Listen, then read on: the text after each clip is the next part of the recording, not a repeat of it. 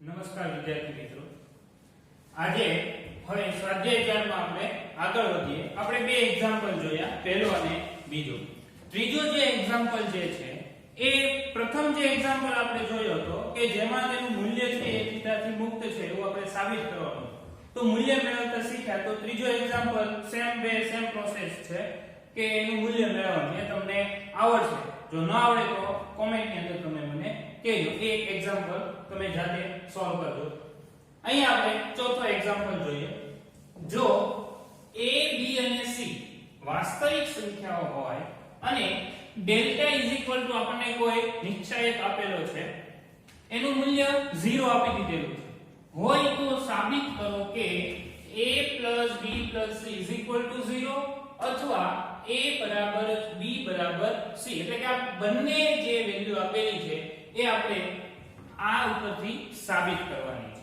તો સૌપ્રથમ આપણે અહીંયા ડાયરેક્ટલી તો સોલ્વ નહીં થાય, એટલે અહીંયા જે નિશ્ચયક આપણને આપેલો છે તેનું વિસ્તરણ કરીએ.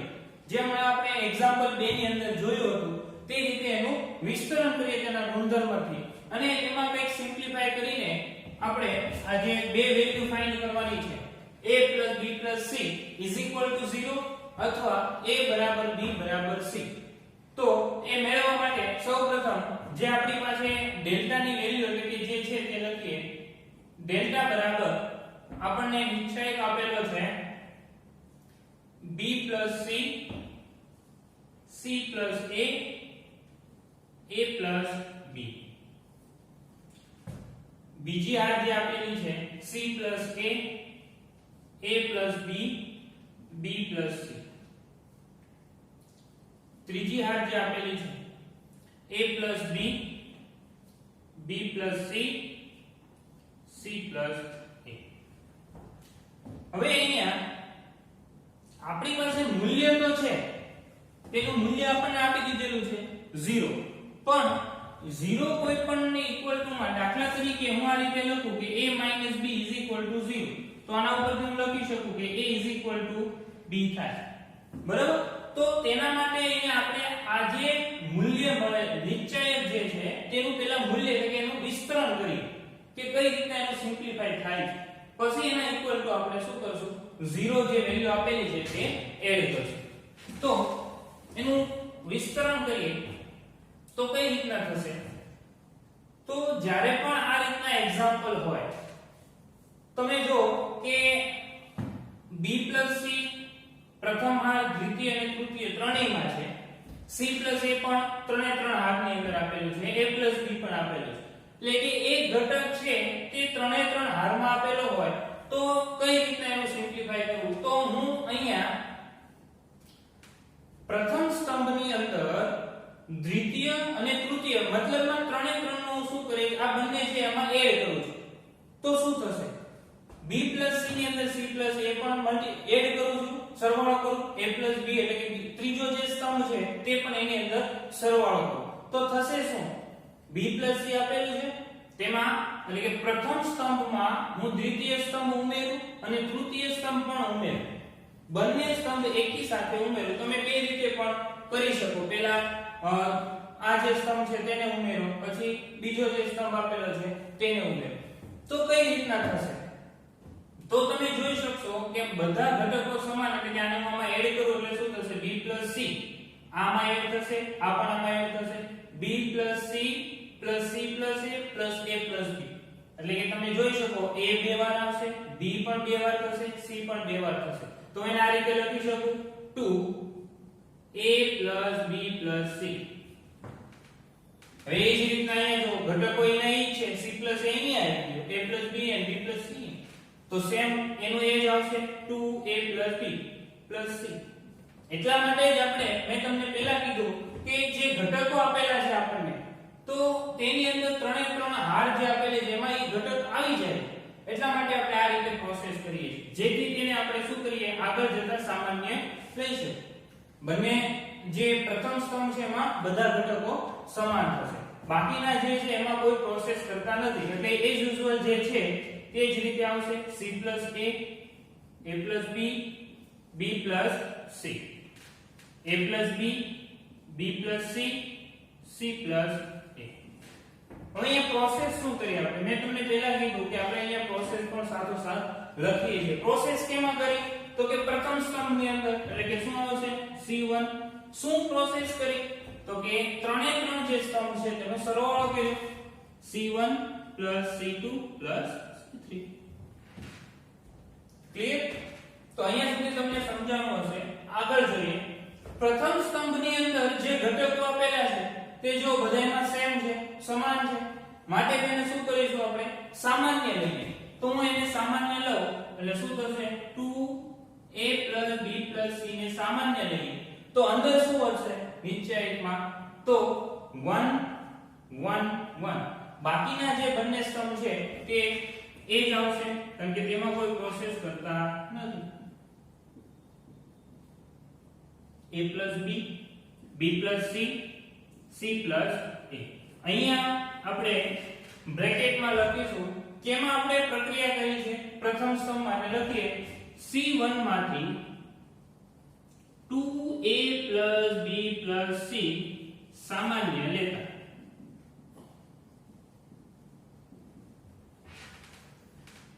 હવે 1 1 1 આવી ગયું. આપણે આગળ પણ ક્લાસની અંદર સમજાવેલું છે કે જ્યારે પણ કોઈ સ્તંભ અથવા હારની અંદર 1 1 1 એલિમેન્ટ આવે, ઘટકો આવે, તો કોઈ પણ એક ઘટક માંથી એટલે કે કોઈ પણ હાર ને સ્તંભ એટલે કે જો હારની અંદર તે ઘટક સમાન આવતો હોય એક એક એક તો સ્તંભની અંદર પ્રોસેસ કરીએ છીએ.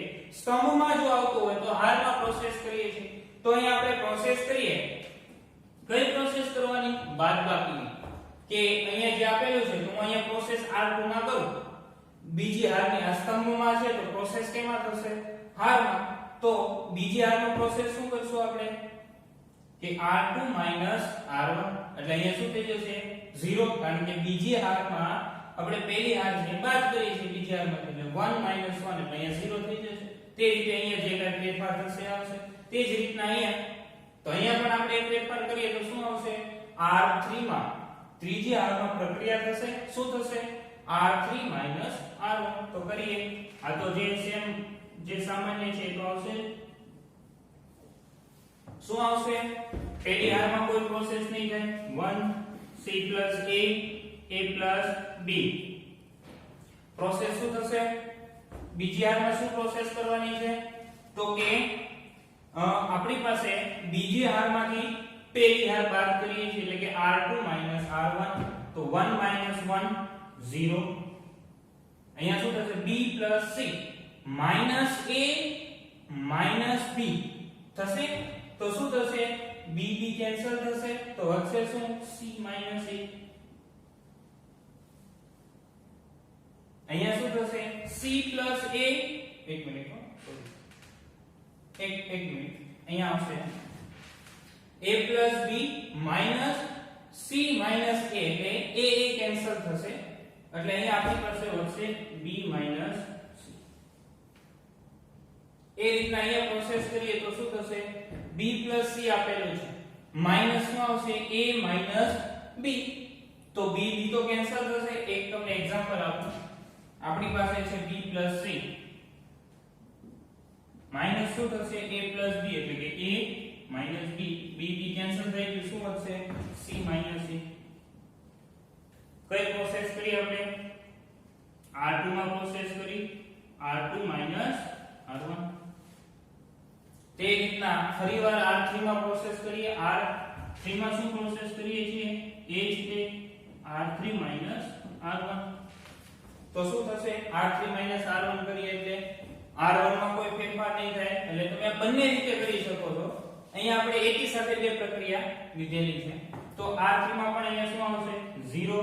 અહીંયા શું થશે? b + c માઈનસ શું આવશે? c + a. c કેન્સલ થશે એટલે શું વધશે? c b - a. અહીંયા શું થશે? એ રીતના c + a માઈનસ શું આવશે? a + b એટલે કે a - b થશે. a કેન્સલ થઈ ગયું. c - b આ પ્રોસેસ છે. ફરી એકવાર પ્રથમ વિદ્યાર્થી મિત્રો આપણે શું કરીએ છીએ કે જે આપણને નિશ્ચયક આપેલો છે તેનું વિસ્તરણ કરીએ છીએ. ખાસ અહીંયા ધ્યાન આપજો કે વિસ્તરણ છે કઈ રીતના કરીએ છીએ. આમાંથી જે સામાન્ય લીધો તો જે એલિમેન્ટ ઘટક છે એ તો બહાર આવી ગયો. આ રીતની આપણને એની પ્રોસેસ મળે છે. હવે શું કરવાનું છે તો કે આનું સિમ્પ્લિફાય કરીએ. જે આપણને આપેલું છે હવે આનું સિમ્પ્લિફાય એટલે કે નિશ્ચયકનું મૂલ્ય આપણને આપેલું છે તો પહેલા આનું નિશ્ચયકનું મૂલ્ય મેળવવું પડશે. તો એ મેળવવા માટે શું કરવું પડશે? ત્રિહાર નિશ્ચયક છે તો એનું મૂલ્ય મેળવીએ. તમે અહીંયા બે ઘટકો જુઓ છો 0 આપેલા છે તો પ્રથમ ઘટક માટે જ મળશે, બાકીના ઘટક માટે તો 0 મળી જશે. એટલે એ કોઈ પ્રક્રિયા કરવાની રહેશે નહીં. તો નિશ્ચયકનું મૂલ્ય લઈએ તો પહેલા આપણી પાસે છે 2a b c.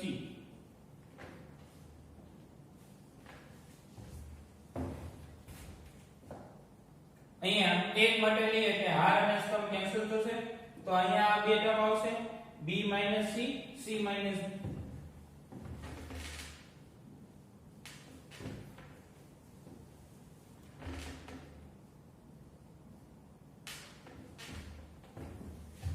b c c બંને ટર્મનો ગુણાકાર માઈનસ શું આવશે? c a b a.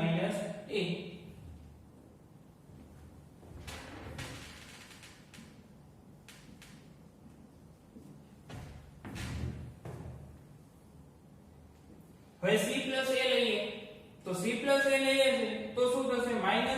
-c a.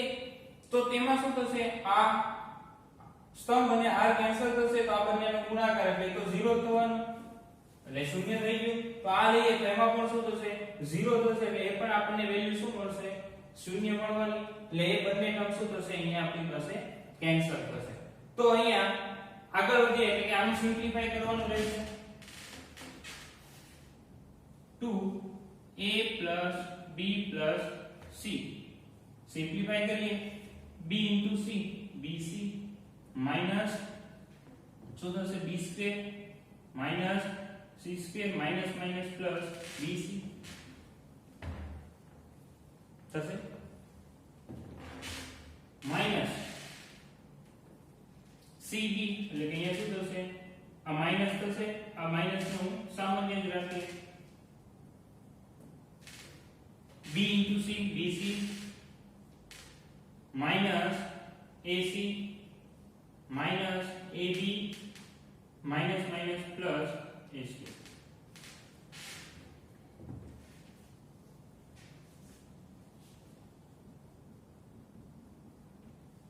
Simplify કરીએ.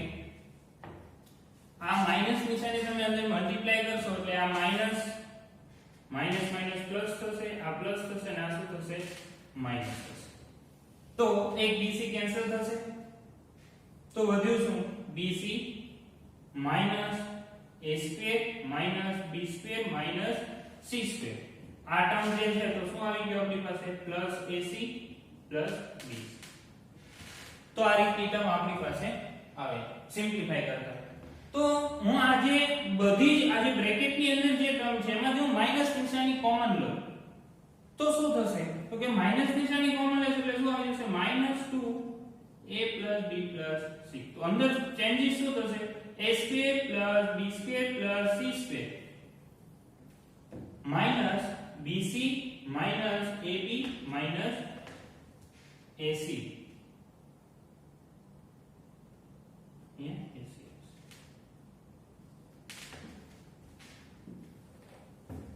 હવે આપણને અહીંયા આપેલું છે કે તેનું મૂલ્ય જે છે ઇક્વલ ટુ 0 છે તો આના બરાબર તેને સરખાવી શકીએ અથવા હજી તેનું સિમ્પ્લિફાય આપી દઈએ. તો આ એક ટર્મ મળી ગઈ a b c.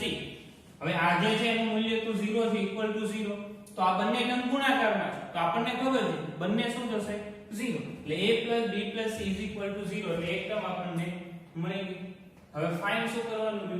a b c જે આપણે આની અંદર જોઈએ. તો એના માટે શું કરવું પડશે? આ જે બે છે એને હું અંદર મલ્ટીપ્લાય કરું એટલે શું થશે? બહાર સામાન્યમાં શું થશે? a b c અંદર મલ્ટીપ્લાય કરીશ એટલે શું થશે? 2a² plus 2b² plus 2c² minus 2bc minus 2ab minus 2a.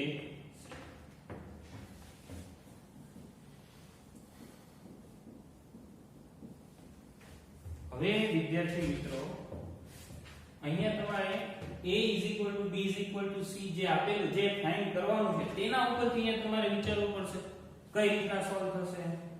તો આ જે ટર્મ છે બધી તે કેના ઉપરથી આવશે તો તમારે એના માટે સિમ્પ્લિફાય કરવું પડશે a b b c અને c a. આનો વર્ગ કરીએ આપણે તો a b નો વર્ગ તેનું સિમ્પ્લિફાય શું થશે a² - 2ab plus b² થશે. આમ તે રીતના આને સિમ્પ્લિફાય કરીએ b² - 2bc plus c² c² - 2ac plus a². તો અહીંયા જો a² આ જે ત્રણ ટર્મ છે ત્રણે ત્રણનો અહીંયા સરવાળો કરીશું તેનું સિમ્પ્લિફાય કરશો એટલે આ ટર્મ આવી જશે. એ કોના ઉપરથી આઈડિયા આવે તો કે અહીંયા જે આપણે સાબિત કરવાનું છે a b c તો હું જ્યારે આ બંને ટર્મ લઉં છું તો a b કારણ કે આ જે ત્રણ ટર્મ જે છે આપેલી એ મને કોના ઇક્વલ ટુ મળવાની છે ઇક્વલ ટુ 0 બરાબર તો જ મને સિમ્પ્લિફાય માં મળશે. તો અહીંયા શું થશે a b² plus b c² plus c a². જો આ જે ત્રણ ટર્મ છે એના સિમ્પ્લિફાય ઉપરથી તમને આ ટર્મ મળી જશે 2a² 2b² 2c² minus 2bc minus 2ab minus 2ac. Clear? હવે આપણને આપેલું છે કે જે મૂલ્ય છે એના ઇક્વલ ટુ 0 લઈએ તો આના ઇક્વલ ટુ 0 લઈએ તો શું થશે આપણને આપેલું છે ડેલ્ટા ઇઝ ઇક્વલ ટુ 0 માટે શું થશે minus a plus b plus c a minus b નો square plus b minus c નો square plus c minus a નો સ્ક્વેર is equal to 0. તો મેં હમણાં વાત કરી એ રીતે કે બંને ટર્મ ઇક્વલ ટુ 0 થશે તો પહેલું મળી ગયું a plus b plus c is equal to 0. હવે અહીંયા તમે લેશો તો સ્ક્વેર આપેલા છે તો એનું સિમ્પ્લિફાય કરીએ આપણે તો આ ત્રણે ઇક્વલ ટુ 0 થશે. તો 0 ક્યારે થાય જો અહીંયા સરવાળો આપેલો છે તો 0 ત્યારે જ પોસિબલ બનશે કે જ્યારે a b નો સ્ક્વેર ઇક્વલ ટુ 0 હોય b c નો સ્ક્વેર ઇઝ ઇક્વલ ટુ 0 હોય અને c a² is equal to 0 તો જ તમને તેનો સરવાળો શું મળવાનો છે 0 મળવાનો. તો હું અહીંયા ડાયરેક્ટલી લખી શકું આના ઉપરથી કે a b² is equal to 0 b c² is equal to 0 c a² is equal to 0. એટલે આપોઆપ શું થઈ જશે a અહીંયા સ્ક્વેર રૂટ કરો એટલે શું થશે a b is equal to 0 એટલે આપોઆપ શું થઈ ગયું a is equal to b is equal to c and c is equal to a. તો આ ત્રણે પરથી શું લખી શકું a બરાબર b છે b બરાબર c છે અહીંયા c બરાબર a છે તો હું શું લખી શકું a is equal to b is equal to c. તો તેના ઉપરથી આપણે બંને જે રિઝલ્ટ છે તે સાબિત કરીએ છીએ a b c is equal to 0 અને a બરાબર b બરાબર c. તો આ બંને રિઝલ્ટ સાબિત કરીએ. અહીંયા ખાસ આ જે સિમ્પ્લિફાય છે તે સમજવાનું રહેશે. બરાબર? તો આશા છે કે તમને સમજાઈ ગયો છે.